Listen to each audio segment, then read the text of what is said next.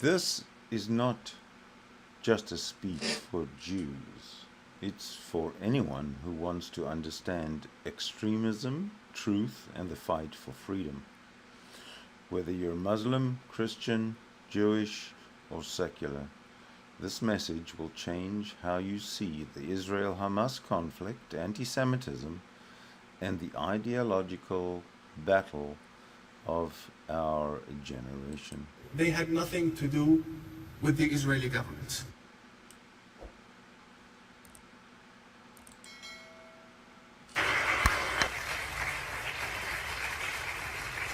Please take a seat. Thank you.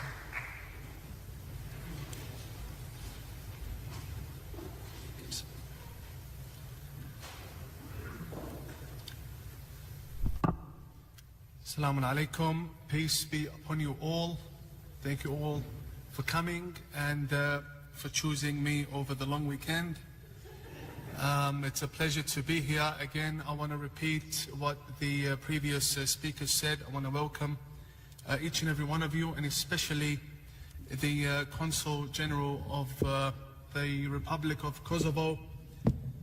I say especially because for a Muslim nation to adopt the IRA definition of anti-Semitism and inspire the Global Imams Council to become the first Imams Council in the world to do the same.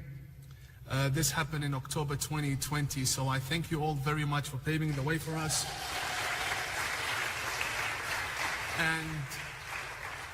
And it has become one of our key missions to advocate for the adoption of the IRA definition against of anti-Semitism. So thank you all very, very much. Usually when I visit Jewish communities, not only do I feel at home, I would like to make the most out of it. So I will try and get as much ground covered as possible, but I would also like to remind you that I'm not an entertainer, and I would like to see each and every one of you after tonight being equipped with the tools necessary to combat anti-Semitism, especially the anti-Semitism that comes from the Islamist side of the world. In the beginning, we need to first get an idea of what anti-Semitism is, the many layers of it, and how we look at it when we are dealing with it. Again, how we look at anti-Semitism when we are dealing with it. When you are faced with an anti-Semitic statement, there's much more behind it, my dear friends. You will have the anti-Semite that ignores Jews, doesn't have the time to go after them, ignores their presence, does not like them, but would rather prefer someone else go and target them. Then you have the second level of anti-Semitism, and that is people who hate Jews because they are Jews. But again, they do nothing about it. They won't even like a post or retweet it. They just hate, and that hate lives within them. Their silence assists those who carry out the attacks. The third level of anti-Semitism is the group that hates but does not attack.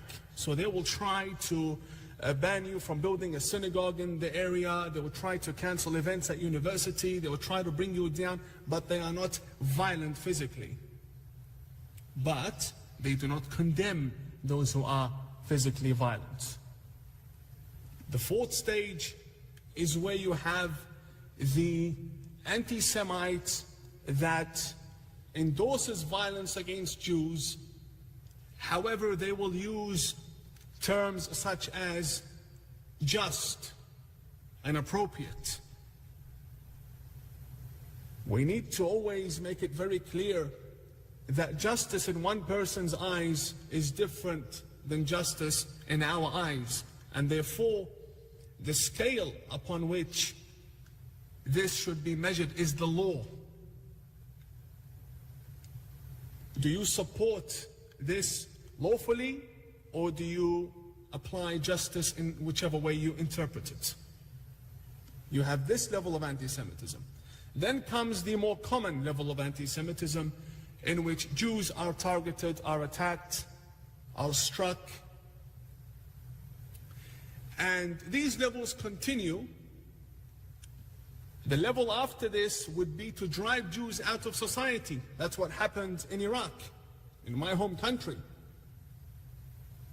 The Farhud, where Jews were driven out of their communities, their homes, their belongings, all stolen. This was the mistake that our forefathers committed. And by that, they destroyed a very important part of society. Iraq is not the only country.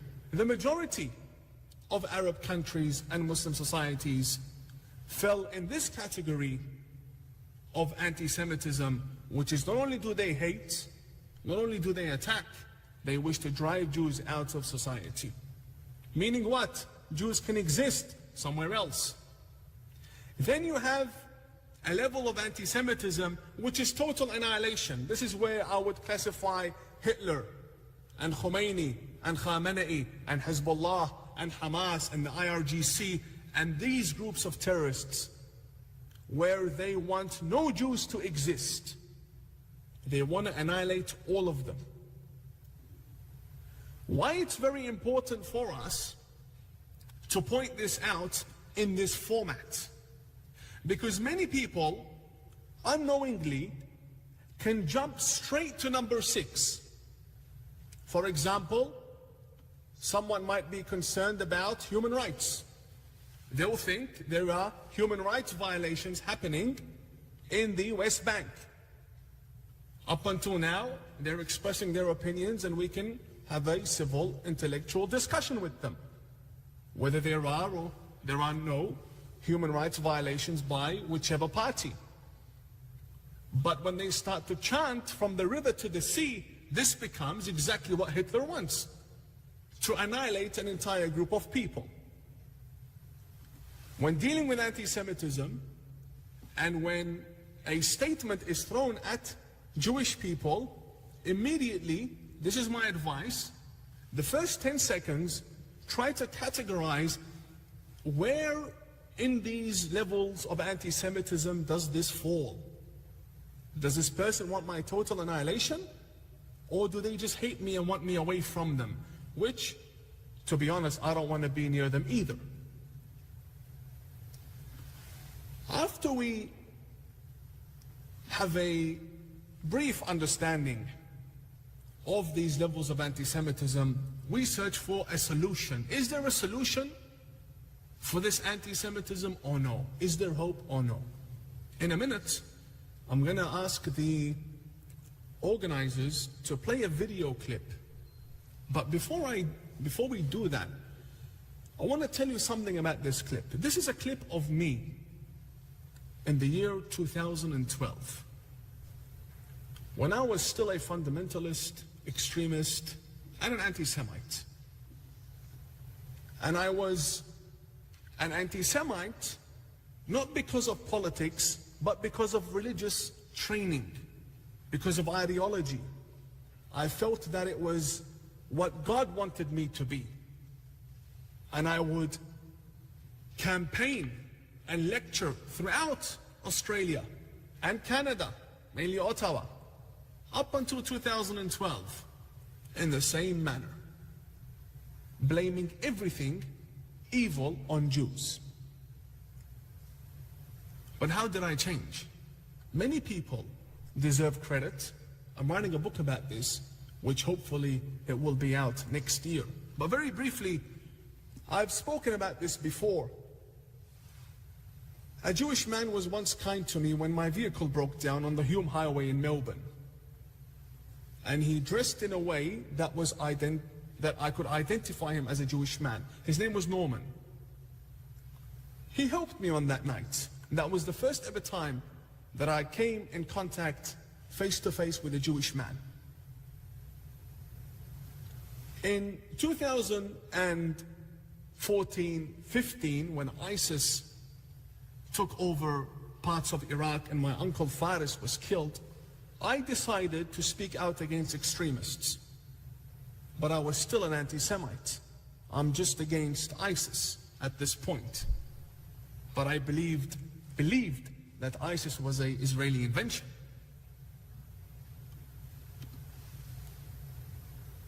When I began criticizing the extremists, I found myself in the middle of serious pushback. All of a sudden, I was classified as an Islamophobe. Oh, that's right, ISIS are Muslim. So how do we deal with this problem? The only organization that publicly supported me in my campaign against ISIS sympathizers in Australia was the Australian Jewish Association. Why? Because they have history. They know exactly what's going on. They know the games being played by the media and the politicians and the police. 7 decades is a lot of time. So they stood by me. Then came an invitation to join a gala. Guess where? Chabad, Sydney. Chabad rabbis see me in there, and they're like, this is gonna be, I don't know what they were thinking, but they decided to change me as a person that very night. I walk in there at 7 p.m. I leave the event at around 9:30, and the rabbi won't stop texting me until 2 a.m. I'm praying for you, don't forget. And it was the manners and ethics of Chabad Sydney that didn't make me who I am today, but they made me stop hating Jews. And they took me out of that bubble of skepticism. I stopped justifying everything that the extremists did against Israelis. I started to see Jews as equals. A rabbi, when he speaks, I'm a cleric, he's a cleric. The reasoning, the rationality, how they formulate their arguments. I begin to see myself sitting in front of a teacher who deserves respect, who is not empty, who has history, and who can prove it.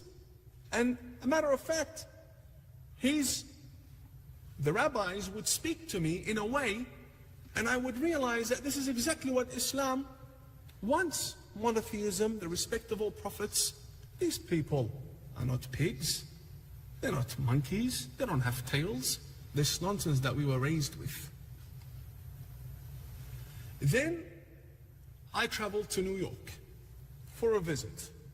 And I met a wonderful rabbi, Rabbi Eli Abadi, who is now the senior rabbi in the UAE. Rabbi Abadi had great impact on me. Why? Because he spoke Arabic and he understood our culture. Many factors. Then comes the Jewish community in Canada. CCAT, the Canadian Coalition Against Terror. When I started to meet with victims of terrorism, I began to realize the damage terrorism does. And slowly, I changed as a person. But when I did change, I did one thing that I regret.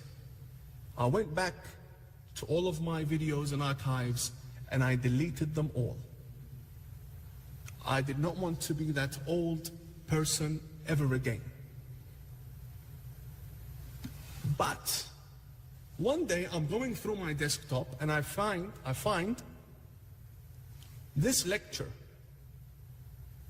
and something in my gut tells me, yes, you're ashamed, yes, you've changed, yes, that is the old you, but don't delete it. One day you can show people how you were and what happened to you today, and that could give people hope that someone can shift From that to this. Please, let's play it. In this clip, you'll see that how I speak about Jews, I mention Zionism. We were trained to speak. Imams and clerics are trained to speak, and we're trained to speak in a way that is convincing. This is why the Iranian regime hates me. They spent on me, and they invested in me, and now I'm doing the same against them. We were trained to speak in a certain way that in 10-15 minutes we can turn a vulnerable Muslim youth mind to becoming whatever we wanted them to become. And you'll find many incidents in history. Oh, not too far, 2015, here's an incident. Farhad Jabbar, a 14-year-old in Australia, attended 2 Friday sermons, picked up a gun and went and shot a police officer called Curtis Cheng. 45 minutes each session. All it took was 2 sermons. Now thank God we were not like that. But when I used to say Zionism, I meant to blame everything the Israeli government did on each and every Jew, even if they had nothing to do with the Israeli government. When I meant Zionism, I meant a global conspiracy that all our governments are connected to.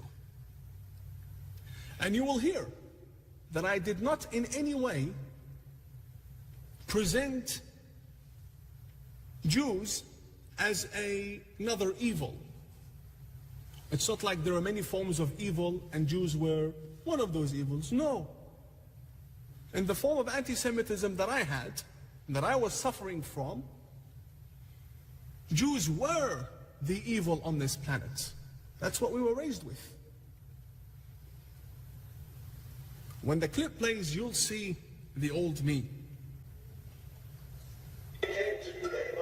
Number 2, Zionism has a hand in everything that demolishes the foundations of Islam. Anything you see wants to attack Tawheed, wants to attack Nubuwwah, wants to attack Imam, you understand there has to be a way. Otherwise, if Imam was there, what threat would it bring? It would bring no one threat, except to the oppressor, except to the tyrant, except to the person that does not want people to live a free life. Right, so Tawheed means monotheism. Imama means the succession of prophethood, which is Nubuwwah. And I can guarantee not a single Jew here knew what on earth I was talking about, but they were being blamed for it. What is he talking about? I'm here talking about Jews attacking Tawheed, which is monotheism. But Jews were monotheists when our forefathers were drinking wine and worshipping idols made out of wood and stone and dates. And so on and so forth. This form of anti-Semitism was extremely dangerous. Why? Because it comes in a religious context. There's a political context, there's a humanitarian context, but this is religious. This means you're against God and God's against you, and in order for me to make it to heaven, I have to side with God and against you. This form of anti-Semitism is what people have in their minds when they go out and blow themselves. It's this form of anti-Semitism. Well, I thank God that I developed as a person and as a human being. The last few years, we've been combating the same hatred that we used to preach. And why we do it best is because we know exactly what can demolish these arguments. This and its likes. From here onwards in this speech, I really want you to pay attention and take your phones out and take notes. Make points if you like. I'm going to be giving you some verses, just numbers. When you leave from here today, you'll be able to walk out a proud Jew who has in their toolbox the answers they need to demolish any Islamist argument against the Jews and their homeland. Thank you. There's been some development, especially in the online world. And the main reason why the extremists hate me more than they hate other imams who have relations with the Jewish people is because I know how to tweet. And I know how to use social media. And I know when to fire a tweet, and I know how to go viral. And this really hurts. It hurts big time. And in social media today, there are new apps, one of them being Clubhouse. And Clubhouse is taking over much of the social media presence to the point that, as you know, Twitter introduced Twitter Spaces and the Green Room for Spotify. And the fact that you can speak in a room, the app humanizes you. You're no longer typing 140 letters or making a post. You're coming with your voice, with your presence, with your context, and you're emptying yourself into a room with hundreds and thousands of people. And I saw that on that app, Jewish people were being targeted by extremist Muslims, but the responses were totally different from what the Islamist is pleading and what the Islamist is arguing. When he comes into a room and says, "You Jewish occupier," how do you respond to that? You say, "Oh, but the Oslo Declaration and the borders, and you were offered many opportunities to set up a state and you decided not to." You talk like that. That's the basic, taking out the facts. An Arab says, "Occupied what? This is our land. This is Arabia. Next to it is Judea. Where did you Palestinians come from? The Romans or the Turks? What are you talking about?" See, here's the difference. And when they respond, we say, "Why are you insulting the people who fed you for 7 decades? It changes, the argument changes. How you respond doesn't mean you're responding to the person who said what he said to you. Whenever you are faced with an anti-Semitic attack, always remember that your response has to be to the people listening. Because if you fail to change the person you're speaking to, you have to make sure that they do not convince the listeners.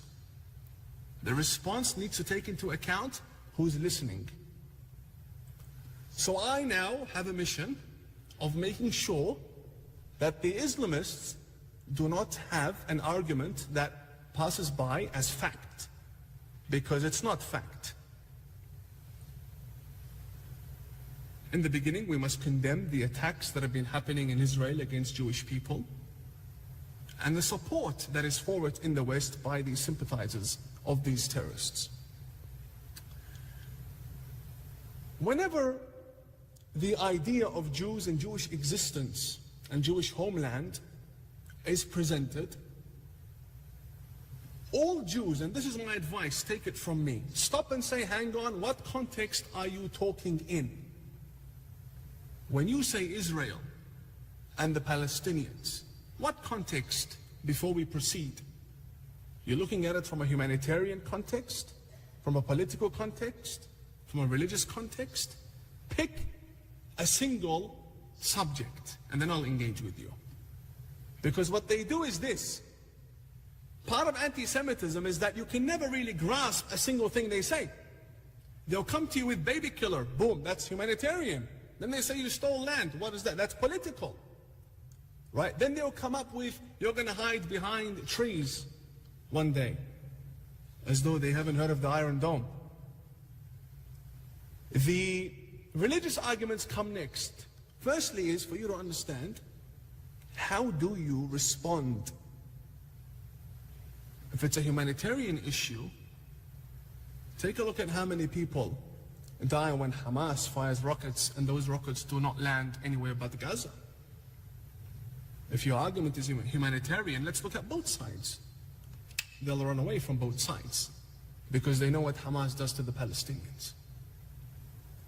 If you say your argument is political, then let's talk politics. You'll find out that the Palestinian rulers, the Arabs in general, the entire Muslim society, was heading to a direction where they knew that the Palestinians were wrong, that Hamas was a terrorist entity, but they fueled this anti-Semitism regardless. And now the same politics in the same countries, the Abraham Accords. Who would believe it? In 2018, when I would say, there will come a day, believe you me, this is politics, there will come a day where these rulers will normalize relations with Israel. They will accept you as a neighbor. People looked at me as though I'm crazy, I'm doing lip service, selling you empty hope. Yet see how fast it happened. And it will expand and grow. These are the same people who sided with the Jew killers are now siding with the Israelis and with the Jews. Then you have the religious argument. The same muftis who would curse Jews in Mecca on microphone are now refraining from doing so. And they're banning any association with the extremists. Canada has not banned the Muslim Brotherhood and Hamas from operating here under different incorporations, but the UAE has, Saudi Arabia has, Bahrain has. How on earth do you explain to the Canadian government that, what are you waiting for? What are you waiting for? You're waiting for another Canadian version of Ilhan Omar here? What are you waiting for? Here are the arguments I want you to have ready on hand. Put it in the notes on your phone. Whenever you are faced with an extremist, you have a response for everything. Why? Because your only source is the Holy Quran. You don't need to worry about anything else. Your only source to defeating Islamist anti-Semitism is the Holy Quran. End of story. When a Muslim extremist comes to you and says, but you Jews have no land. You have no land, you came from Europe. You say, hang on, why are you ignoring your Lord? International law means nothing to you. I mean, it organizes your life on a day-to-day basis. But the ultimate law is God's word. Note this down, chapter 5, verses 20. Chapter 5 being Al-Ma'idah, verse 20 onwards. You know what this is? This is something every Jew should have handy. This is your land title. In these verses, God Almighty tells the Jews and their prophet Moses, take your people and go to Jerusalem and never leave it. You're not allowed to leave. That's what I've assigned for you. It's written for you. Who says? God says so. And what do the Jews say? The Jews say the same thing. The Jews are not telling us that we want Mecca and Medina. They want what God gave them. Chapter 5, 20 onwards. Then comes the argument of, but Jews were exiled. How do you respond to that? When yes, Jews say Jews were exiled. The response to that, my friends, is that only those Jews, that's what the Quran says, only those Jews who refused to enter the land, they were exiled. For how long? 40 years. It's been well over 40 years since Moses was around. But you're living in the past. These verses 520 onwards is everything you need moving forward. It proves your land title. Once you prove your land title, all the nonsense begins to fade away. Then comes the personal attacks. Now they've left the land. You've established, see, your book says my land is here. Then come the personal attacks. but you are the children of apes and pigs. This is where you have to become an Imam Tawhidi, you know.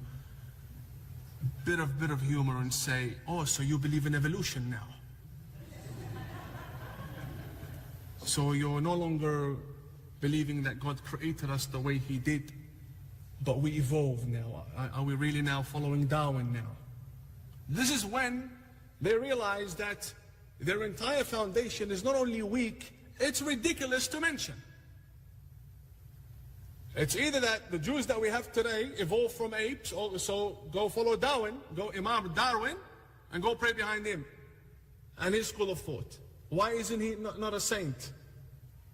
Or the Jews were never pigs or turned into pigs and monkeys. Pick one. Pick one. And so on and so forth. Of course, in depth and detail will be in my book, and my books are free, I'm not marketing. Next year, hopefully we can do a launch with the United Grassroots, our friends here. The solution to anti-Semitism in society is number one. Jews need to understand that this is a Jewish challenge. I am more than willing and happy, like many of my Muslim brothers, we're more than willing and happy to side with you at any time. But the force has to come from you. And that can only happen if you're united. If you're united, and here is where I say, please don't argue in public. Please don't fight each other in public.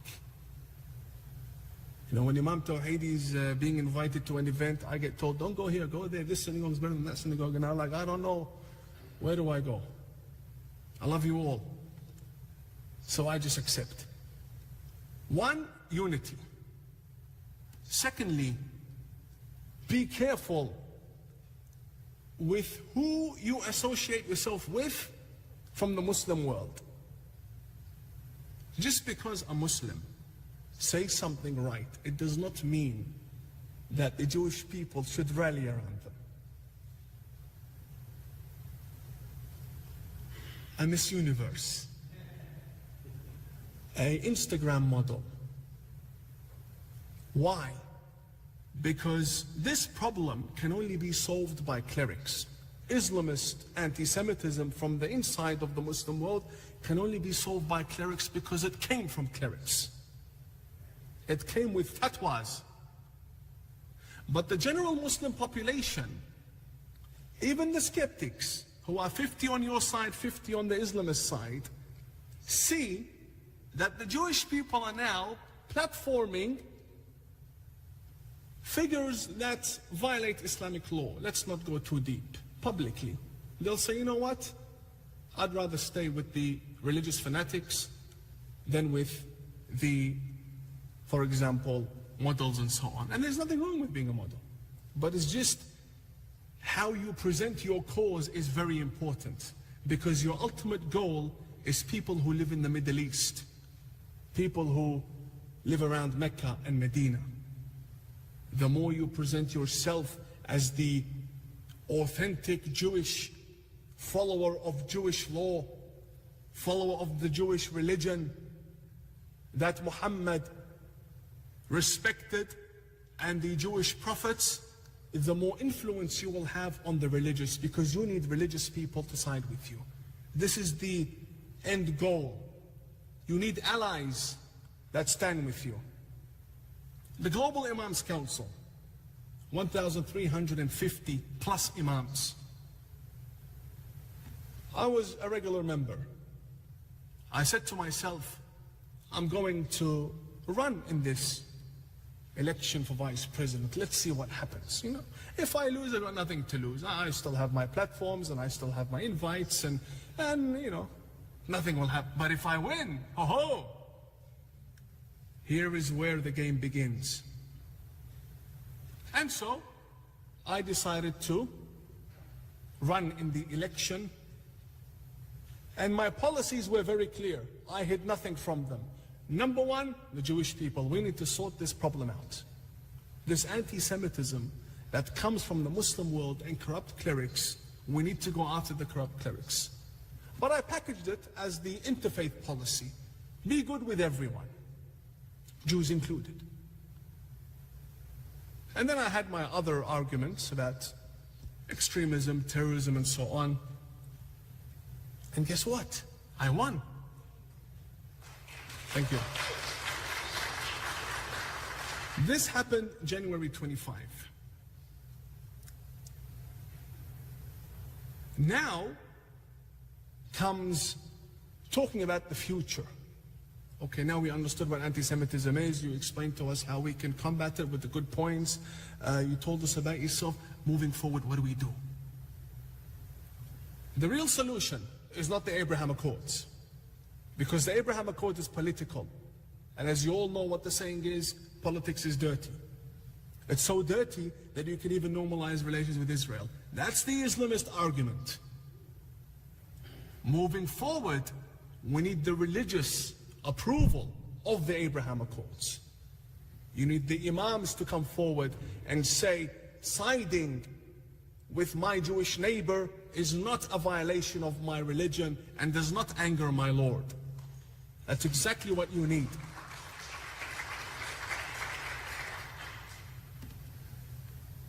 So the Global Imams Council is currently preparing delegations throughout the Middle East to give credibility to the Abraham Accords and to call on for more Muslim countries to join.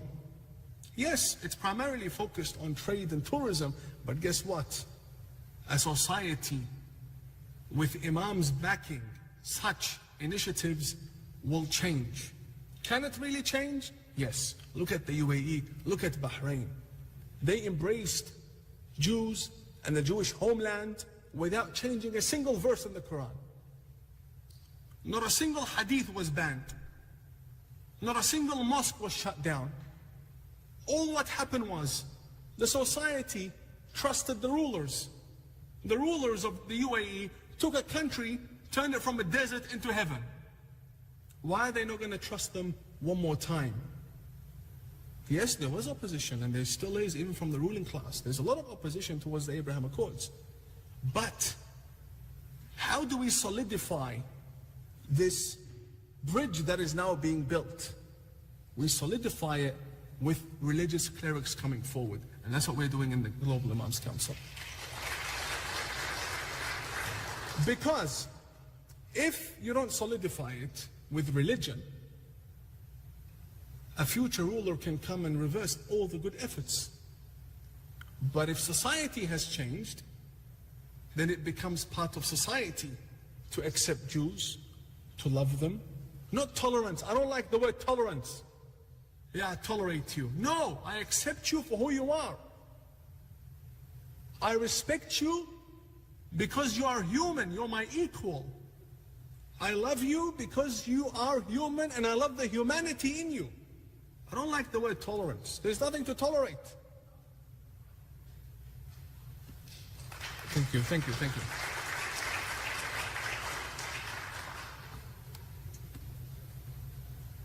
I'm going to leave you with an advice. And it's an advice that I personally believe works. When presenting yourself in society, especially in the future, when hopefully our people and your people will live in total peace, focus on what is common. Believe you me, you don't need rocket science. Focus on what is common. Focus on your love and our love for God and the importance for love for life. We're a people that have been nurtured and raised to believe that life is horrible and that the end target and the main goal should be the afterlife. Focus on these two things and you will win many allies. The common religious beliefs and the love for life. In a world where COVID, you saw, people are now more focused about their lives and their health and how they can move forward. Love for life is very important. I have a message for the respected dignitaries and politicians and members who are here and who will listen to this, and those who I meet with. The problem with you, and I say this as a friend, the problem with you is that you think in 4-year and 8-year terms. You think from the start of a office term to the end of it. And in these 4 years, you wonder, what can you get done? Because you've only got 4 years. Sometimes president or prime minister, they'll think in 8-year terms. Maybe I have another shot at it. The Islamist extremist does not think in 4-year or 8-year terms. They think 100 years from now, 200 years from now. This threat is very real. Let me tell you why. The Nazis of Germany denazified. There were many programs put in place. Germany turned into a democracy. The Nazis of the Islamist world never denazified. They never changed. In fact, they found a way to disguise themselves. The Muslim Brotherhood Charter, which Hamas is, by the way, the military wing of the Muslim Brotherhood, their charter calls for a global caliphate. Their logo is planet Earth with the Islamic Caliphate flag stabbed inside it. That's their logo, with 2 swords. My God, those people can show up in Gucci and Armani, right? When you think Islamic terrorist extremist, you think Osama bin Laden type beard, messy, look like a broomstick, right? They stink, their teeth are all messed up, messy, angry with the world, angry with this planet. And you're like, yeah, this guy I need to be careful from. But today, no. They come to you with the latest nice Rolex, cufflinks. What do you want? I want to express myself. Okay, yeah, come. And I'm sorry, but, I love you. White people, yeah, there's a problem here. Yeah, we went to their countries and we destroyed their countries, so they're here to express themselves. Come, please express yourself. And what does he say? The Jews, they oppress us. I mean, they don't say it this way, but that's exactly what they're saying. Took our land, took this, took that, blame everything on the Jews. The level of anti-Semitism that we see today in Canada, is no less than the level of anti-Semitism that exists in the worst areas in the Middle East. You have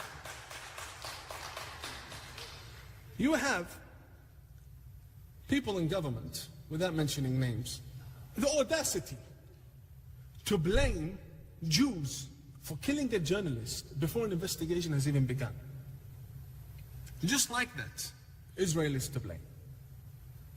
Yeah, Israel is a nationality, but what does the Islamic extremist, what does the Canadian Muslim understand? Jews, that's what they hear when they hear Israelis, they hear Jews. When a member of government says that and points the finger at one direction, they're impacting the national security of this country. They're basically putting a target behind the back of every single Jew, that you're responsible for killing a journalist. And that is a lie. There's a video of them saying someone's down, they shot him. They shot her thinking she was an Israeli. And today, I made a tweet, it was the only tweet I made today, where the Middle East Eye posted the picture of the young Palestinian boy who was killed for being a terrorist, and they cropped out the image of him holding a gun. And they used a very old image of him when he was a young boy. Hamas issued a statement with a poster of him holding an actual machine gun, saying he's a martyr I don't know what a boy is going to do with 72 virgins. I really don't know. I don't know. They made a poster claiming that he's one of them. The media that operates in the West and in this country decides to present him as a poor young boy who is innocent. Why did you kill him? So I called them prostitutes. That was the first time I ever used that statement. But that's exactly what they are. Cheap journalism. And they're activists rather than journalists. Holding your politicians accountable is one of the main things you can do, literally speaking. And here is one thing I want to see change. The banning of the Quds rally, the Quds march in Canada, especially in Toronto. The level of... I've campaigned for that big time. Some politicians in the audience know I did. There's a serious level of threat that comes from this rally that happens in the last Friday of every Ramadan. You know why I say that so confidently? These Imams, pay attention to this, these Imams who attend the Quds March in Toronto were my classmates. Those who come out holding signs for the destruction of Jewish people were my classmates at one point. We went to class together in Iran. Today they're in Toronto, calling for my death and your death. How do we change that? We need to point the finger at those responsible and say, listen, we have allies, but we can't have this continuing. Yes, it's a democracy where they can protest.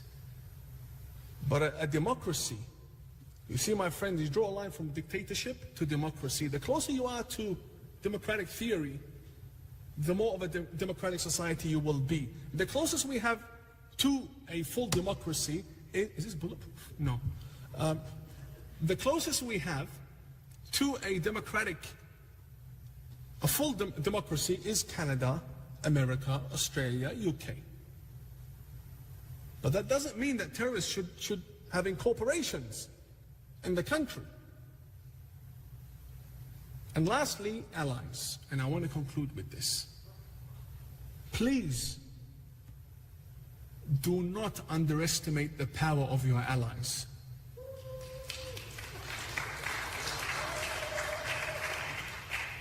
You're a people with land that was taken from you and you got it back. We're a people that fed and clothed and protected and died for a group of crooks who turned around and stabbed us in the back. The fire within us against these Hamas terrorists is no less than the fire within each and every one of you. The unity that we need to establish between our communities is so vital. The support that needs to be flowing from yours to ours and from ours to yours is so necessary. Because the single thing that threatens these extremists is that now you have Muslims. The romance between the UAE citizens and the Israelis online is something to be literally appreciated. You stare at it. You can't, really? They're saying this about us? Your home is my home? And when they get angry, they'll say, I would rather have a Jew in my home than a Palestinian. Really? It changed so fast, so quick, so clearly? Yes. Yes, we've been stabbed in the back. So do not underestimate the power of your allies. Because the single threat that the extremists, the Islamists, cannot tolerate is a group of 10, 20, 50, 100 Imams who will side with you in any demonstration, while on the other side, you will have a group of people with a flag for a country that doesn't exist. Right? This friendship and this connection, this bridge building, is vital. Not because it's good, but for the sake of humanity. For the greater good. This is exactly what God wants. This here, Muslims, Jews and Christians sitting together in a house of God. This is what Abraham wants to see. This is exactly what God wants, the God of Abraham. For us to be united together in solidarity against terrorism, against extremism, against fundamentalists who present themselves in liberal thobes, in liberal garbs. And that is my hope for this country and for this community and for our people and your people. And hopefully next time I see you, I see a stronger, vibrant, more united, proud community that knows how to defend itself from the extremists and the Islamists. And thank you very much for your time. Appreciate the time. Thank you. Thank you.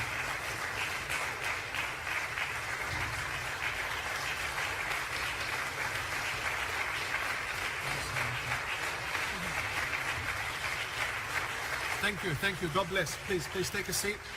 Too kind, very kind of you. Thank you. We're going to have Q&A. If there's any question that you feel needs to be asked, please ask me. I'm peaceful. I won't get angry. Shoot, fire your questions, they're fine. In my speech, I stick to a topic of anti-Semitism. You don't have to do that. Feel free to ask me anything you like. Just don't ask me how many wives I have. I just have one. Okay. So the order of the day will be, you can ask a question, you can have a rant, but just keep it under 30 seconds. I'll pick hands, but I wanted to go first. Please. Mike. Oh, the mic. Okay. A lot of what we're seeing lately in terms of anti-Semitism in a very acute way is happening on campus. On campuses not just in Toronto, but across North America and various other parts of the world. And some of it comes from diehard anti-Semites, but also they whom have converted to the cause. Young people who have been swayed by a lot of these arguments with which you had mentioned before. So my question to you, Imam, is what do you suggest we do or react to or try to solve the anti-Semitism that is so prevalent on campus these days? Thank you. It's my opinion that we need to target the loudest voices. Many times the people who want to oppose anti-Semitism on campus try to avoid the people who organize it. They try to avoid the organizers. They try to pull people aside who are just, passing by. And I think this is wrong. I think we need to go straight to the person who's setting up the desk and setting up the event and say, hey, listen, I want to have a conversation with you. What's your problem, right? They'll say something like, well, there's apartheid. And then you say, really? Come, let me show you some Muslim Brotherhood in the Knesset. You see this guy? He runs the Arab Coalition, right? Many people have different opinions about him, but hey, he's not white, right? Clearly not an apartheid. We just had a Muslim judge be appointed to the Supreme Court. You show these facts and you record it. It's very important because once you record it and you share it, then you amplify your message and your audience. I mean, if it goes viral, then it's you can't match. How many people attend a campus, one of these rallies? 100, 200, fine.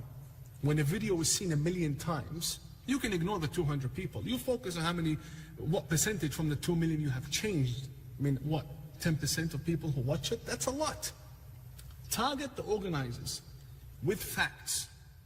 With facts. Israel, you say, occupied Palestine? Great. Let me ask you a question. Who was the Palestinian president at the time? Right? Today we all know Russia invaded Ukraine, right? Who's the president of Ukraine? Mr. Zelensky. We have a name, right? Who were the army generals? We have their names. 100 years from now, I can prove it. I can tell you, these were the borders of Ukraine. This is where Russia came in from. This was the president, right? So what was the name of that poor oppressed Palestinian president who lost the country? Where were the borders? Name me a single minister.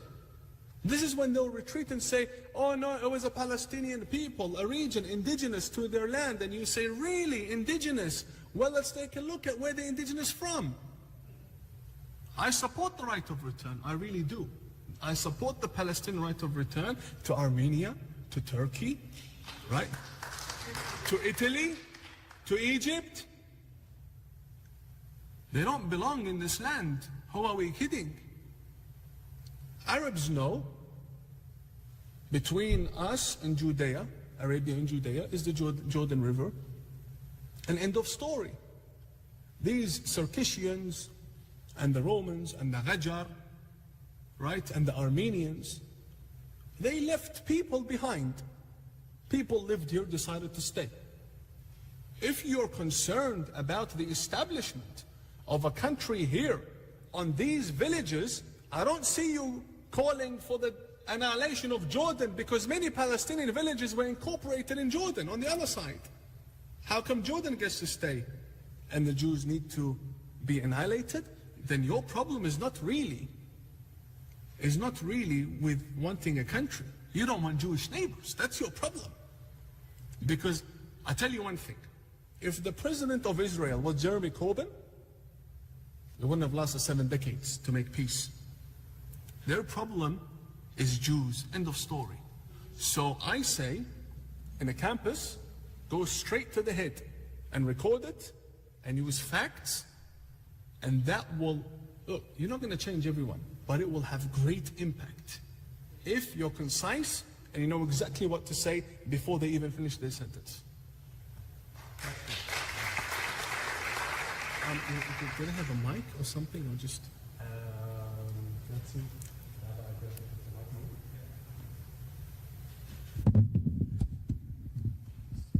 She goes. Not so far.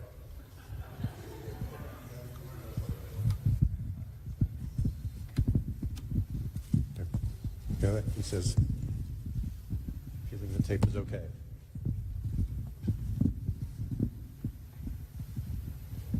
I feel like I'm on a daytime talk show.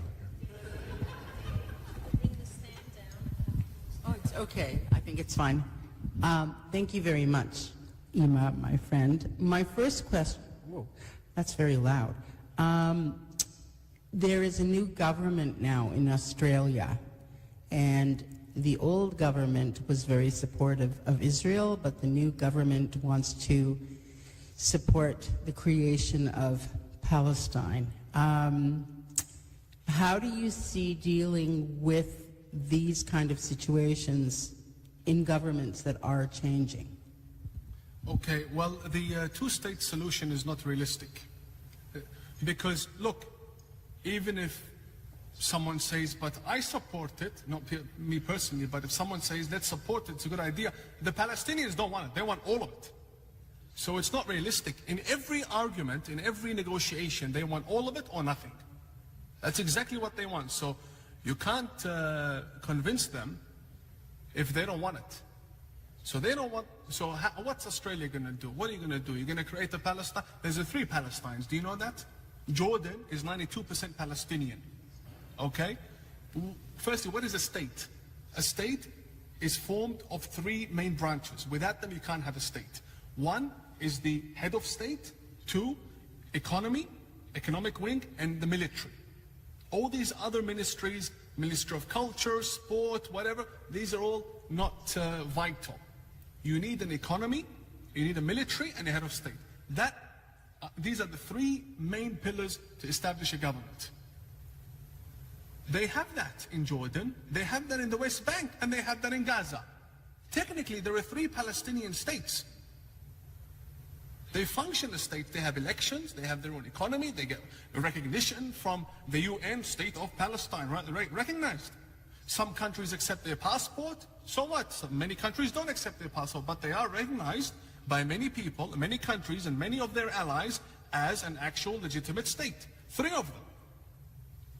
So, Australia, let me tell you, I'm Australian. Yeah. Australians like to stick their noses in roses that don't concern them. I'll put it respectfully. You know, we're far away from America and Canada, but we still want to be part of the conversation. You know, the Labour government that is now in power, I know many of them really well. When they say they want to do something, it doesn't mean now. It means the next time they win the government, not now. So rest assured, they always promise but never deliver. And they're all like that. But there's a lot of problems at home in Australia for them to focus on. And to be realistic, this talk can never happen without Washington, D.C. being involved. Australia can draft and propose and talk and say and visit and fund. It'll never happen without Washington, D.C. It'll never happen without the UK. These are facts that we know of. So it can do whatever it likes. If Washington, D.C. is not involved, can't happen. Can I, very quick one, very quick. I had a conversation with Mayor Tory a few days ago concerning Al-Quds Day, and he said that it cannot be shut down because of free speech. However, he said, and this is an interesting new development, they are now bringing in translators at these events, because if there are messages being given that are hate messages or whatever, they now are committed, supposedly, to doing something in terms of this. I just find it an interesting sort of new twist. And on that, thank you. Okay, well, maybe you can send him a link from memory, the Middle East Media Research Institute, for the previous rallies in Toronto, so he can see good subtitled videos that call for the annihilation of Jews, right? And if he hasn't seen them, he can see them. But I find this to be another excuse from a politician that's unacceptable, because believe you me, if a politician wanted his opposition gone, they can do it like this. There'll be an investigation somewhere, and they'll find some fraud somewhere, and then the opposition will disappear. If they really wanted to go after the extremists in the Quds rally, do you know how much fraud they have? You know how much dodgy dealings and accountants they have? If you really wanted to go, the amount of funding, the hundreds of millions of dollars that come from Iran and the Middle East, pour into these communities. If you really wanted to go after them, you could have. And that's exactly what we hold them responsible for. Thank you. So we did one over here, and I'll move over here. So, oh, okay.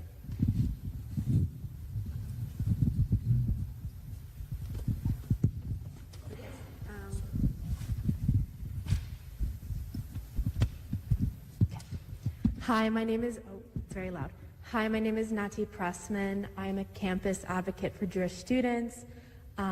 And so something that I've also experienced on campus, like that also David Gordon brought up, is that sometimes they don't even let us have conversations with them.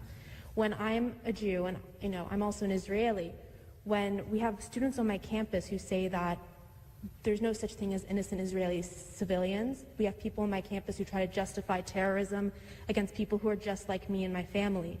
And when I speak to them, and when I try to speak to them, I say, this is wrong, this is absolutely horrific, and I share what it's like to be a Jew and how hard it is for us because of these people who make campus an unsafe place. They don't listen. They don't even give me a chance to talk. They call me an Islamophobe when I'm simply saying that Jews and Israelis don't deserve to die. So my question is, I understand that you said that we have to try having conversations with people, but what do we do when they don't even try to let us in? Firstly, you can't be an Islamophobe if you're against the Hamas and the Palestinian cause, because the cause is not Islamic.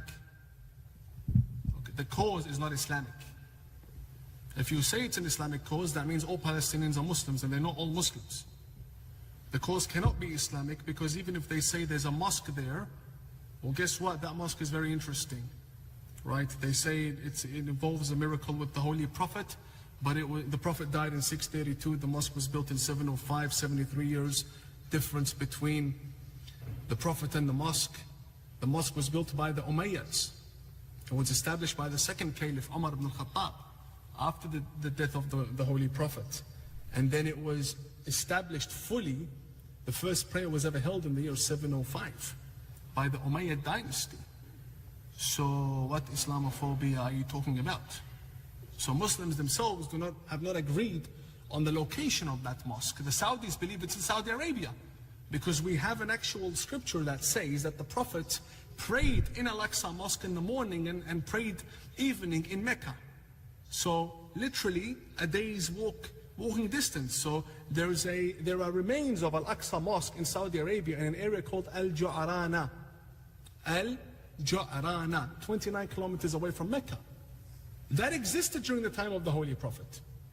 The one in Jerusalem did not exist during the time of the Holy Prophet. So how is it an Islamic cause when not all Muslims accept it and not all Palestinians are Muslim? So to begin with, you can never be an Islamophobe. That's nonsense. Now, here is a realistic solution. When people are calling for your death and people are holding you guilty, and you know that the university knows, the only realistic solution, in my opinion, is to sue them. That's the only, believe you me, because I speak from experience.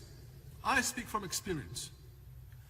I had a lawyer in Australia who wanted ISIS to behead me. I complained to the Law Society, complained left and right. Nothing happened. Until today. Not a single, this happened in 2019 February. Not a single thing came back to me from the Law Society that shows there's a solution. And the lawyer is still practicing. So what did I do? I sued him. I sued him big time.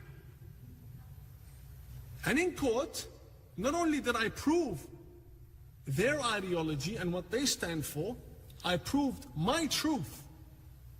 This is what the legal system is there for.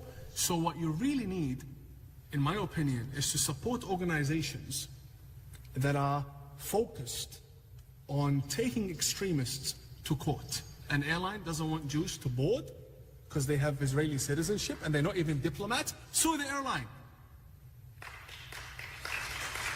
Thank you.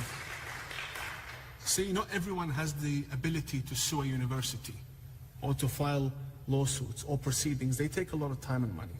So what do? You support organizations that are doing that for you.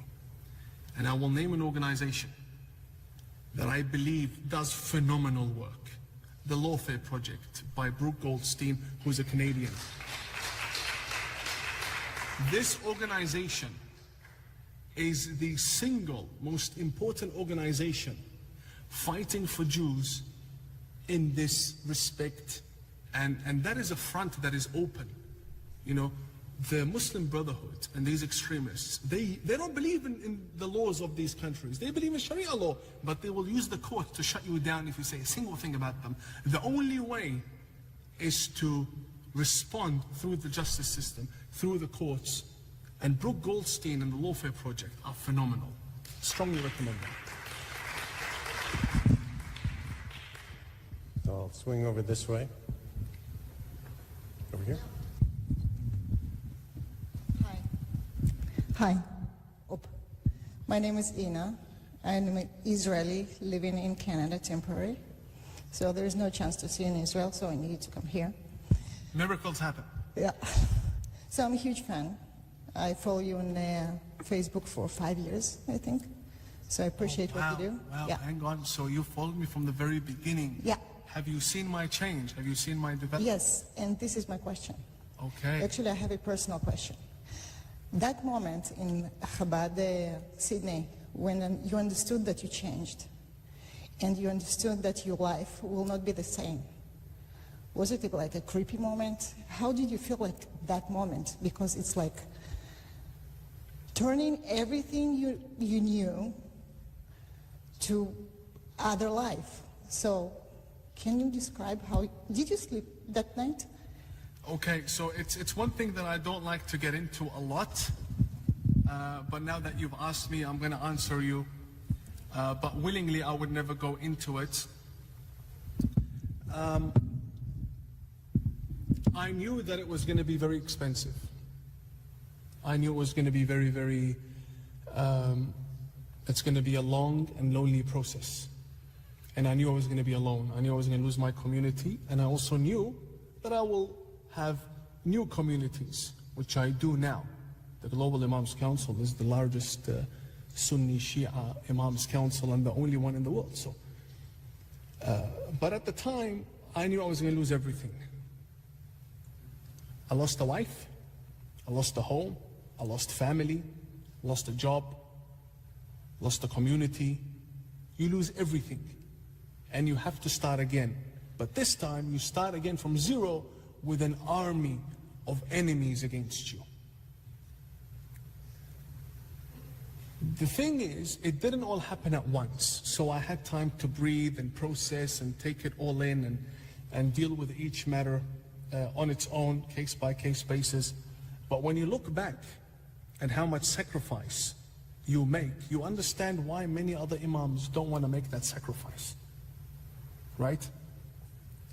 So my reason to run for vice president of the GIC is because I knew many imams want to do what I do, and many of them agree with me, but they don't want to be in the face of it.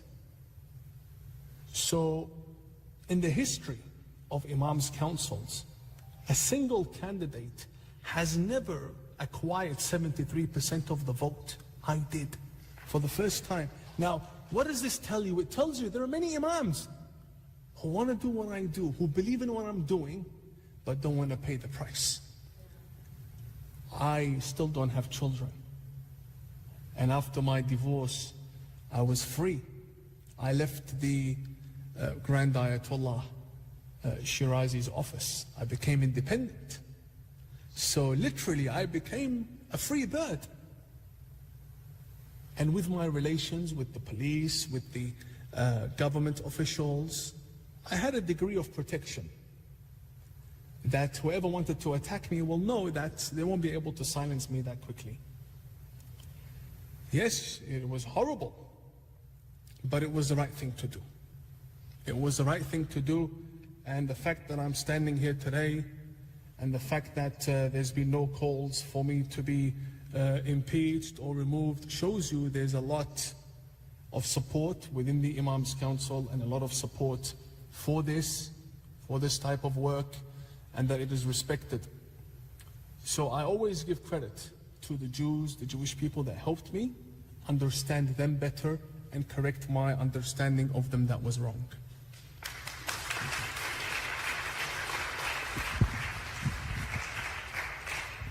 So I did this side before, right? So now I'll go back to this side. I think.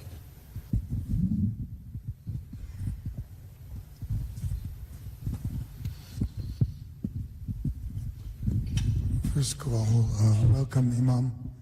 As a member of the board, the honorary board of DARA, Doctors Against Racism and Antisemitism, Dr. Imam Tawhidi is on the board of an organization that fights anti-Semitism and racism.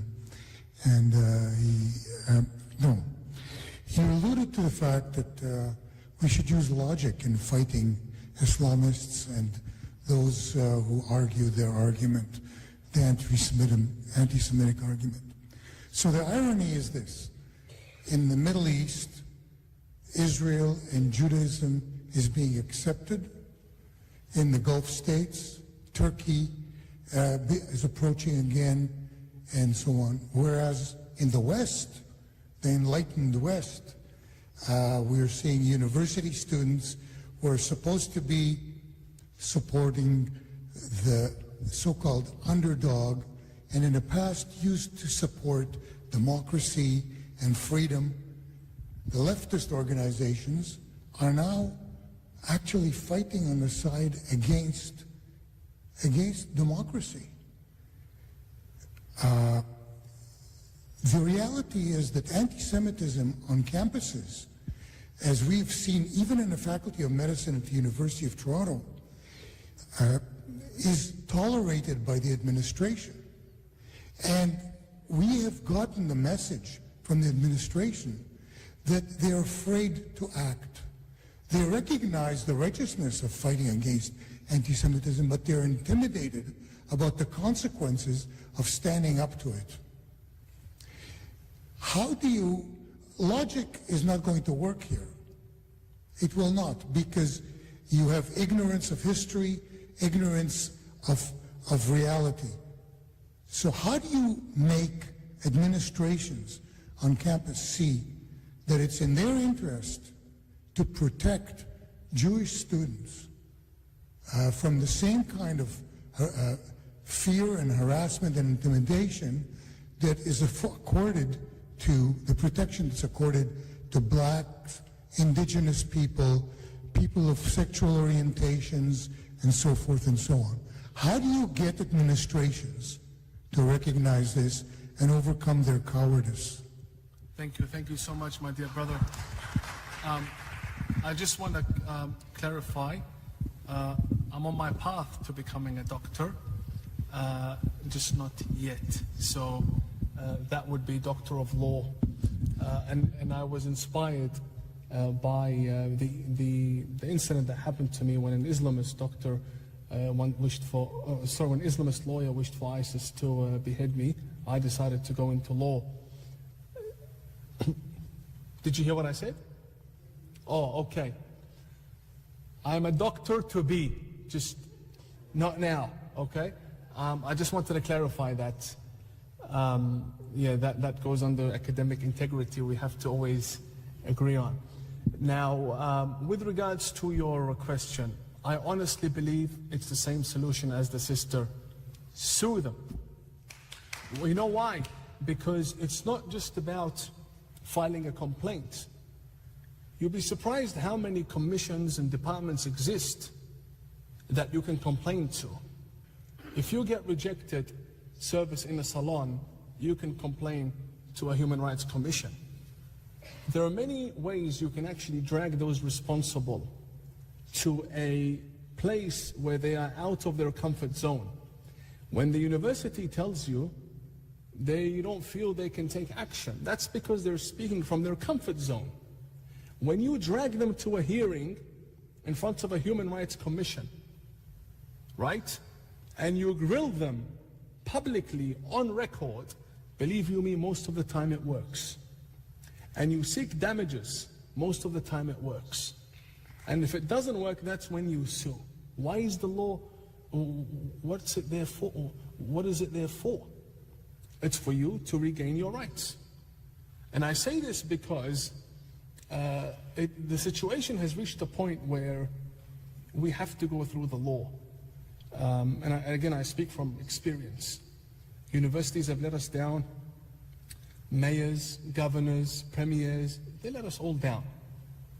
And defending your rights and defending yourself is not in their interest anymore. So the only path left is for you to drag the oppressor or whoever's enabling the oppression to trial, and you will have a hearing. You know why? Because that changes. That really works. There are many solutions that don't work. You know, you can have a lobbyist, you tell them to go and work on a university, you can donate to the university and have them change their entire, attitude and narrative.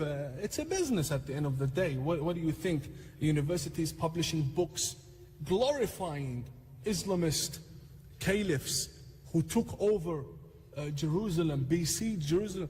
They named them as the revolutionary people who brought down the golden age of Islam. And why? You look, 2 months before, some Saudi oil, $20 million. And then if you do that, that's not realistic, because someone else will donate, they'll flip again. Or you buy a chair, and then what happens? You're going to be one curriculum alongside many other corrupt curriculums. The only way to put an end to it is to sue them. And it works wonderfully. It takes a lot of time, it takes a lot of money, but you'll get it back if you win. And the result is permanent. That university will have to change, and it's worth it. It's worth the fight. It is worth it, because it's real. It's not fantasy. Because that person who says, I don't feel I can do anything, he's got a term. When he resigns or when he's replaced, another person will come. Right? They're not there forever. These people change. When the university is forced to enact a policy or review its policy on certain things, then that person has to follow the university policy. Otherwise, they can't be there.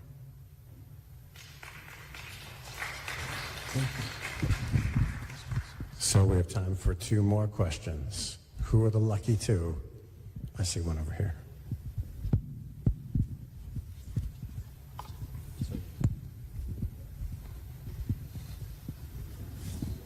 Oh, okay. Sorry, you're going to meet the microphone. Hi, I'm Les Lightstone, and I was just wondering if you know if there are any imams in Israel who are preaching the way you are about this subject. Indeed, I have in our council, we have imams in Israel. I'll give you a name. One of them, and this is the most prominent one, his name is Imam Samir Asi. His name is spelled S-A-M-I-R, Asi, A-S-I. And he's actually a senior imam in our council. We have 6 senior imams, 3 Shia Muslims and 3 Sunnis. There's a balance there. And he is the GIC imam in Israel and the Holy Land, all of it. He's a prominent man, very well known to the chief rabbis. And you'll find him on the official government Twitter accounts whenever there's a incident going on. Mayors visit him in his house, and I'm a strong supporter of him for higher office. So hopefully in the future, I believe that is the next step. I believe that is the next step, and that is having a senior mufti in Israel for the Israeli Muslims, and to make sure that the mufti of the Palestinians no longer has religious legitimacy on the Muslims in Israel. Right? That is the next step. I strongly believe in it, and I'm doing everything I can, but you know, there are some limitations in that area. But it's one thing that we need to take into consideration. If you put his name in Arabic, at least on Twitter, you'll find him speak. And in one of the recent conflicts within Israel, he actually stormed into a mosque and diffused it. The moment these fighters and rock throwers saw him approaching, they dropped everything and he began yelling at them and he diffused it. So he's actually someone that doesn't just sit in a corner but comes out. And this is the case with many of our imams. When we issue a statement, we stand behind it. We fight for what we believe in. You know, he has, of course, in his congregation other imams, but we look for the fighters who don't just, you know, state a statement and then walk back from it. So hopefully in the future we can increase our number, but for now he's one of the most prominent imams there are in Israel. So having him as senior imam in the council is itself a big statement. I actually thought, wow. I saw a lot of hands. I'm sorry. Yeah. This is the one that I saw. So, thank you. First, to start off, to help answer your question, is the Jews donate to the universities. The key is to stop donating to the universities. All the top donors to the Islamic Republic of York University are Jewish. Stop it. Just stop it. Because if you're not going to exercise power. But my question for you, Imam Tawhidi, more Australia-based, and we'll shift focus on the different type of extremism. I'm curious, in the culture we live in, where we want to sort of tear down all the figures of Western society. Sir John A. Macdonald in Canada is a bad figure, you know, take down Thomas Jefferson. In Australia, I wonder if the figure John Monash gets any extra attention because he's Jewish. For the crowd, he's First World War general, became the commander of the Australian Army, Jewish guy, engineer, founded basically many universities, huge figure politically, major Zionist, helped establish Israel. I want to know, in the current climate of tear down society, you being Australian, does Monash get extra focus, or are they just trying to completely ignore? I would rather he stay, you don't want to give them ideas, but I haven't heard anything so far about tearing down his statue at all. And I think that university remains a very prominent university. So there's no extra recognition at all. Nothing that I've ever seen or heard. My brother goes to that uni. So I really hope the statue issue doesn't spread there, even though I'm no longer living there, but yeah. Look, I'm happy to take more questions if people want to ask. Oh, yes. Okay, well. So, slight change of plans. We've got two last questions. I mean, we've got 1, 2 over here. We've Okay. got one lady over there. You have to keep a balance, female, male. Yeah, back and forth, male and female. I see all the hands. We're very excited. Okay. I get it. You love him. Oh, thank you so much. Thank you. I appreciate it. Well, thank you so much for coming here to Canada. So I am a former Syrian refugee. And my question, first of all, there's a point that I'd like to make. What you're saying about suing, using the law, absolutely right. Look up somebody called Aaron Shapiro. 1920s, he sued the richest man in the world, Henry Ford. And he won. Aaron Shapiro. So you're absolutely right. You know, the law can be on our side. Absolutely, 100%. So yes, thank you for bringing that up and saying it forcefully. My second question is that, is it at all possible to get the wider population aware of the danger that's present here? I mean, with all due respect to John Tory, who I admire a lot, we don't need translators at these demonstrations. They post what they're saying in Arabic, and I'm an Arabic speaker. I know what they're saying. And what they're saying is horrendous. The kind of rhetoric that we're hearing on the streets of Toronto, nobody says that in the Middle East anymore. They think you'd be insane if you say that in the Middle East anymore. Israelis have to die. The Jahannam al-Hamra to Israelis. Israelis have to go to hellfire, etc., etc. These were things said in the last months by people who are, supportive of the Iranian regime, and it could be back to them for we know. But is there any way at all to make the wider population aware? Because we all know this. What starts with the Jews never ends with the Jews. And me, as a secular Muslim, I'm scared. I ran away as a refugee from this kind of ridiculous. The reason, I'm sorry for taking a bit long. One of the catalysts for the Abrahamic Accords was because the Gulf states saw what a mess happened from the Arab Spring. The rise of ISIS, the vacuum that happened, the failures that happened in Lebanon, in Syria, in Iraq. Iraq could have been a paradise. I was taught by Iraqi professors. They were the best in the Arab world. When it came to engineering, they were the best in the Arab world. We admired them so much. The honor, honestly. But these guys pose a danger. Is it possible in any way? Yes, is it possible in any way to make the wider population aware? And get them involved so that they know that they have a stake in this kind of rhetoric that's going on? Thank you. Right. Yes, indeed. I think if we multiply our efforts, if the wider population is not aware of what's going on, that just means we're not doing enough.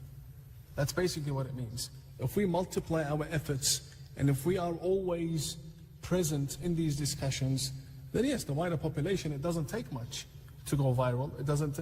You'd be surprised, some of the thickest people on earth make it to the top places, make headlines, and you're looking and they have nothing to contribute, but they made it. So all what you really need is strategy. That's basically it. You have the intellectual output, you have the answers, you need strategy. As far as making people aware, you need to know what people you want to make aware, because you want to make sure that these people have an impact. You don't just want people to hear it because their attention span is, they'll get busy with the next big headline, right? You want to make sure that the people who impact, who decide on certain decisions, are aware of what you want them, to be aware of. And as far as John Tory is concerned, he's been mentioned a lot. I don't know him personally. I've never met with him. But I really believe that the full picture is not shown to him. I think he associates himself with people who give him wrong advice, who wash down a lot of what's happening in these Quds rallies. And I think it would be a good idea, a good idea, a peaceful idea, to have a massive screen outside his office with subtitles and location, right? So here's the Quds rally, here are the chants for the killing of the Jews, Here's the date, right? Here's the road, and here's what they're saying. Massive screen in front of his office.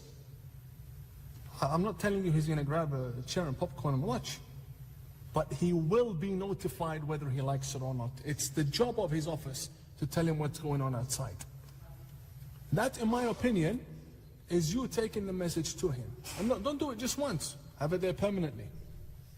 Have it there for as long as you can.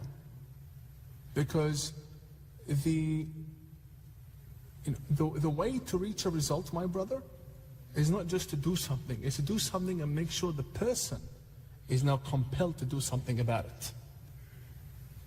Yeah. I hope that answers it.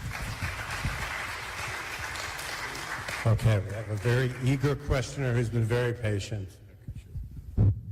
First of all, I would like to thank and appreciate the organizers for this very important debate or seminar.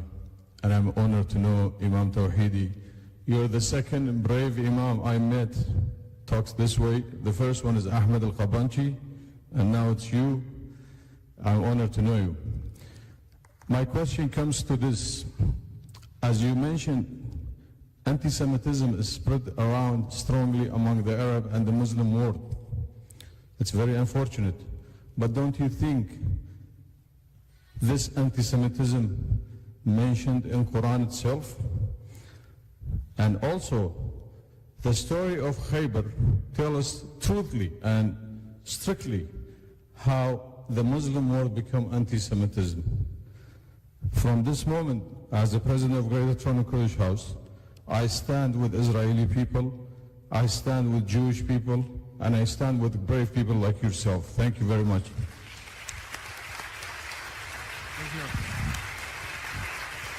Thank you, my brother.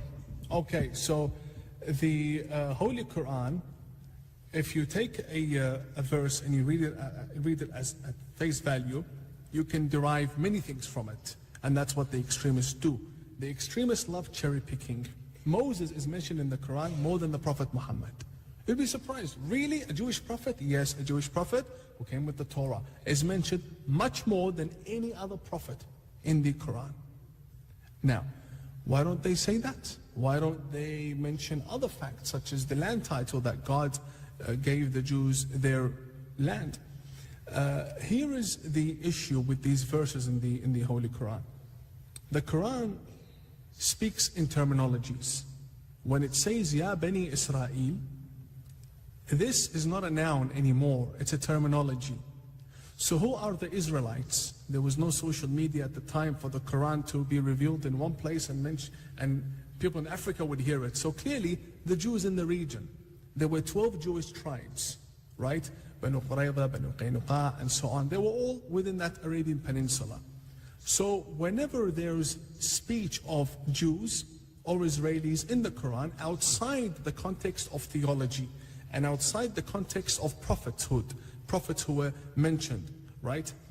Outside that context, and it's strictly about dealings and contracts with them or conflict, then it only refers to the Jews of Arabia. End of story. That's as far as the Quran is concerned. Because the Quran doesn't say anything other than that. For example, the nonsense that, oh, the end of time, Muslims believe Jews will hide behind a tree and behind a rock, and the tree will say, come Muslim, kill the Jew who's behind me, blah, blah, blah. Firstly, you know what this means? This means nature is against Jews. So why were they created in the first place if the earth and the air and the trees are all against them? It just goes against the wisdom of God. This is not in the Quran. This is my point. This itself is not in the Quran. And it's mentioned even more than the verses that they bring out. Now, let's talk about, very briefly, the verses. They speak on a local context. And the conflict of Khaybar that you mentioned, firstly, it was a slaughter of Jews. It was one of the most significant events of Jewish oppression in that region.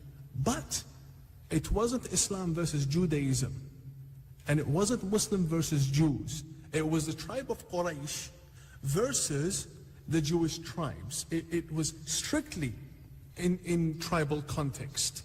So here is what exactly happened. The tribe of Quraysh, which belonged to the Prophet is a member of the tribe. He wasn't the patriarch, a member of the tribe. These tribes have allies. The allies can be Muslims and non-Muslims. And the tribe itself can have Muslims and non-Muslims. It's completely fine. They're united by blood. When these tribes ally themselves with other tribes, then they take on their friends and their enemies. Because tribes have friends and enemies. The Muslims were part of a tribe, Quraysh and so on, that was at war with a particular tribe that the Jews allied themselves with. So they automatically became enemies of the Arab tribes that had Muslims in them. You see, it wasn't Islam against Judaism and it wasn't Muslims against Jews at all, at all. It was tribes versus tribes. These tribes had Muslims in them, that tribe had Jews in it. So that doesn't tell me as a Muslim to fight a Jew. That was an event in the development of Islam. It happened, it should be condemned, right? And any calls for Jewish killing, should be condemned and fought in a very fierce manner. But the way the extremists promote it, show you their lack of knowledge. When they say, Khaybar, Khaybar, ya Yahud, the army of Muhammad will return. There was never an army of Muhammad in that conflict. It was the tribes that were fighting. And Muhammad never had an army. Guess what? The Prophet Muhammad never had an army. The Muslims, up until Medina, Islam was revealed in Mecca. Up until Medina, there were 313 Muslims in all of their battles. Guess what? They were the same citizens and they were the same fighters. Whenever conflict would happen, they'd be summoned, and the same men who are Muslim, adherents of the religion, would jump on horses and fight. It was the army, it was the society. There was never an actual literal army during the time of, it was the same Muslims, and all of them went to war, and some of them came back, some of them didn't come back. And the context of war in our halakha, our jurisprudence and our fiqh, is to always be defensive. You can never be offensive, at all, at all. So the way Hamas justifies it is that, well, we're still defending, it's still defensive. They started in 1948, and these guys are so backward, they think they can always be in a defensive state up until the end of time. That's not Islamic law, that's Hamas law. That's why they're not an Islamic sect, they're not an Islamic school of thought, they're an Islamist political organization, they're a militia. And when they're a militia and an organization, they have the right, well, they don't have the right, but what they do is, they find themselves able to draft their own policies and their own constitutions and brainwash the other vulnerable Muslims. Muslim clergy and jurists don't accept such nonsense at all. Oh yes, sure. Okay, so he's eager to take more questions. I see far one over. Was there one over here? Be nice to the females, our sisters. Of course. Sorry. Next one. I want to trip up the wire. I don't have a question, I just have a comment. I just wanted to say that, first of all, I want to thank my dear friend, not only a friend, my mentor. As a Jew, not only a rabbi could be my mentor, but I consider you my mentor. Yeah, many people think I'm a rabbi, but yeah. That's because they don't know the difference, but I come from a Muslim country, so I know the difference. He's genuinely beautiful person inside out. My family had an honor to have Imam Tawudi to be around us and experience. What I wanted to say is that we actually have more allies among Muslims than we think. And prime example, Imam, you experienced it around my family. And I want to thank you again from the bottom of my heart. So may we always have this beautiful relationship, not only with you. And in terms of, we mentioned about universities, we need more speakers like you to come to UFT in York University to educate the Awok and the young generation of young people who are consumed with this idea of apartheid Israel. Thank you very much again. Chazaku Baruch, Yashar Koach, I love you. And inshallah, we'll meet for more occasions. Thank you. So do you want to respond, or should I go to a question? No, Yeah, go on, question? She can go on for a while. We love her, it's okay. He says we should go on for a while. We love her. Okay, here we go. Would you mind coming to the mic? It's a bit tout.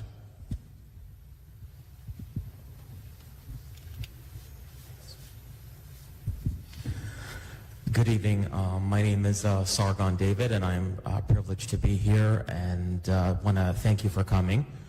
Not a question, but just an acknowledgement. Thank you for what you're doing for anti-Semitism, the education, the importance of this topic, especially as we've been discussing in a Western context in North America. I want to thank you as a member of the Assyrian Christian community. My parents are from Iraq, and you're from Iraq as well. I want to thank you for your help to the Iraqi Christian Relief Council, specifically after ISIS invaded Iraq and caused so much damage to Assyrians, Yazidis, and other groups that they hate. I want to acknowledge that, and I'm so thankful that you've been invited by this synagogue, by the organization that's come here, and that we're in this beautiful sanctuary. So I just, very quickly, I want to say, I just came back from Iraq for the first time. I went for the Assyrian New Year, and I had a nice experience where I went to Al-Qush, which is a historic Assyrian town, and they have the synagogue and the Jewish area of the prophet Nahum, who we believe died in what is today called Iraq. And my people take care of the Jewish sanctuary there as a biblical prophet. They, of course, respect and revere him.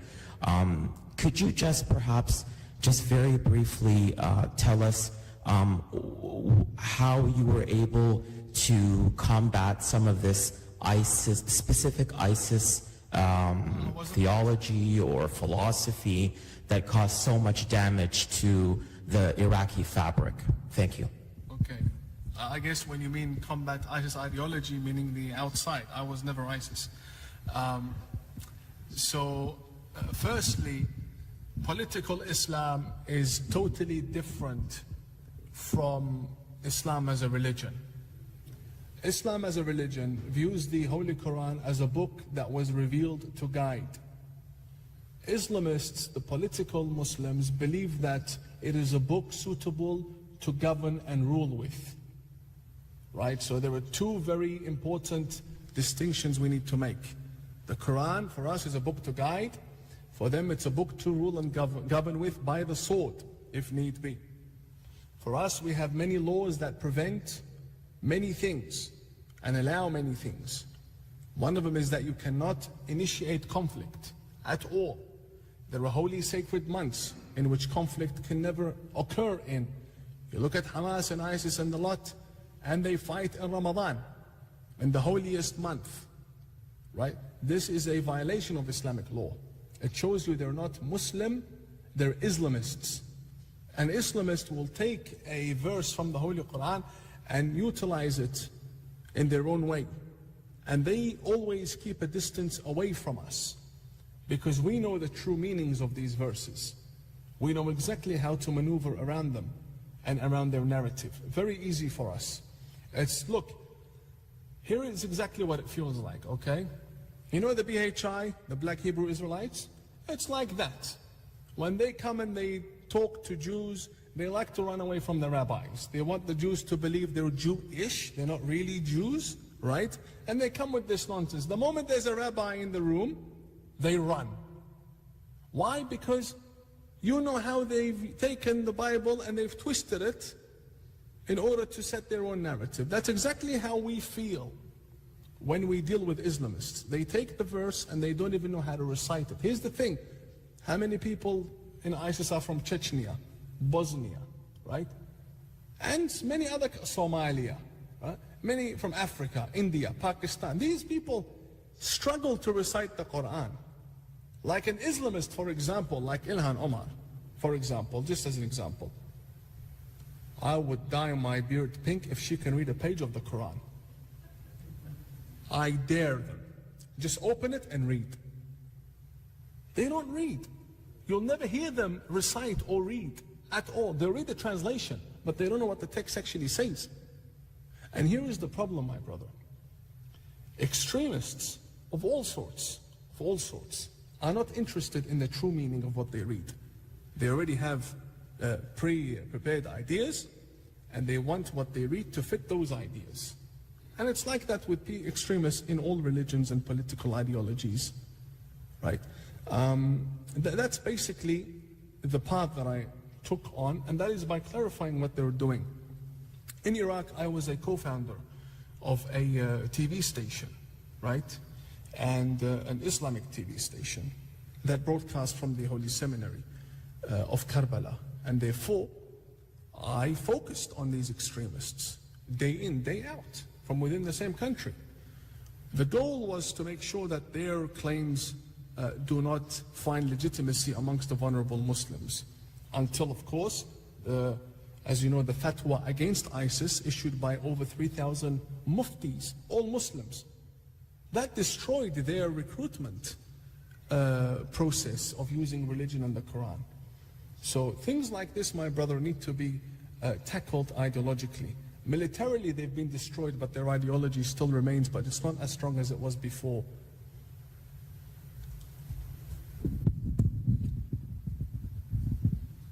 Okay, so how many more questions? I got one question, two questions, one more, and we're going to call it quits. So I think,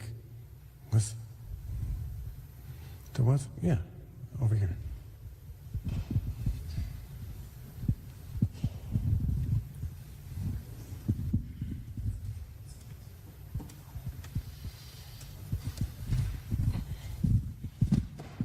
First, thank you very much for coming tonight. Glad you're here. And you've given some interesting, strong advice in certain situations, like suing the university or things like that. My question is to perhaps give advice that 2 weeks ago we had Al-Quds Day here, where we had a huge parade, and the city and province, they give lip service to the fact that you have violence being advocated on the streets of Toronto. Last week we had Al-Qaeda Day, same thing, the governing people The what day, giving... sorry? The what day? Not Al-Qaeda Day, Nakba Day. Sorry, good for you. It's similar. Similar. Also, the leadership giving good advice, lip service, and doing nothing. So, in 7 days, on the 29th of May, the Jewish people will be celebrating Israel Day, or celebrating Israel, and it's going to be in a very limited area for protection. But already on the internet we see that the enemies of the Jewish people here in Toronto are planning all kinds of things to challenge, the word challenge in quotes, the fact that we're celebrating Israel Day. And I thought maybe you could give us some advice. Advice other than the, the law, and that you ramp up the security. Perhaps I should come, huh? Maybe I should come. I don't know. Okay, entirely possible. That's entirely possible. But here is the thing: you will always have enemies of Israel. You'll always have enemies of the Jewish people, and they'll always be powerful. They will never be weaklings. Okay, they'll always be powerful, and that just shows how strong you are, right? In my opinion, is to just continue. You win by not stopping. You win by not stopping. Again, here is what I always remind my Jewish friends. Jewish people are around 16 million people on this planet. Okay, I was being kind. Okay, 13 million people. I've seen studies that say anywhere from 15 to 20, but I think they're not accurate. I'm not sure. 13 million people, if I go with my dear brother Dave Gordon's number. Listen to what I'm going to tell you. For the majority of human history, up until the establishment of the modern state of Israel, there was never a government dedicated to protecting Jews. Jews were being assassinated and massacred left, right, center, everywhere they went. Secondly, Jewish people have a lot within their laws, within your laws, you have a lot of emphasis on life, and even when you defend, you make sure you only eliminate the threat, nothing more. Okay? This is very important. The very fact that the IDF has to call a building owner in Gaza, tell them to empty a building just so they don't take out any lives, and just that building alone says a lot about the Jewish people. You throw a rocket at Saudi Arabia, see if they give you a call. You know what I mean? So the fact that in your defense you're very limited legally. Then there's another issue that Jews do not proselytize. You don't invite people, you don't recruit people to Judaism. And even if someone wants to become a Jew, they have to go, I don't know, I don't want to say to hell and back because they're going to go to heaven. But it's very difficult. Very difficult. In Islam, if you want to become a Muslim, you just say 2 words, end of story. Seriously, like it's 2 phrases, 1 sentence. And that's it. You become a full practicing Muslim. All of these factors together, and plus you had the Holocaust and things like that, one would think if you put all these factors together, it is a miracle really that Jewish people still exist. Right? It's really a miracle. You know why? Because many religions disappeared because of at least one of these factors. The fact that it didn't recruit and proselytize enough. Or the fact that a government wanted them gone. Right? Or the fact that there was no one to protect them. For much of human history, the Jewish people have been victorious because of God's will. Now, with this context, you think these idiots here in Toronto are going to stop the Jewish people? Really? People much powerful than them, right? People like Hitler couldn't stop the Jewish people or stop the establishment of the state of Israel, right? They couldn't stop it. The Nazis collaborated with the Islamists in Jerusalem and their crooked mufti at the time, and they couldn't stop anything. My belief is that if you look at these people with this lens, that you know what, they're trying to stop us. Cute. They're not going to stop us. You know? Believe me, you have nothing to worry about. Thank you, everybody.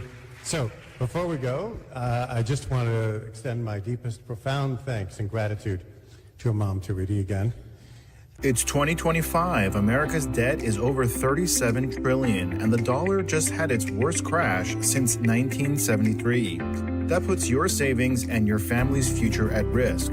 That's why we trust Alpha Omega Gold, a company that stands unapologetically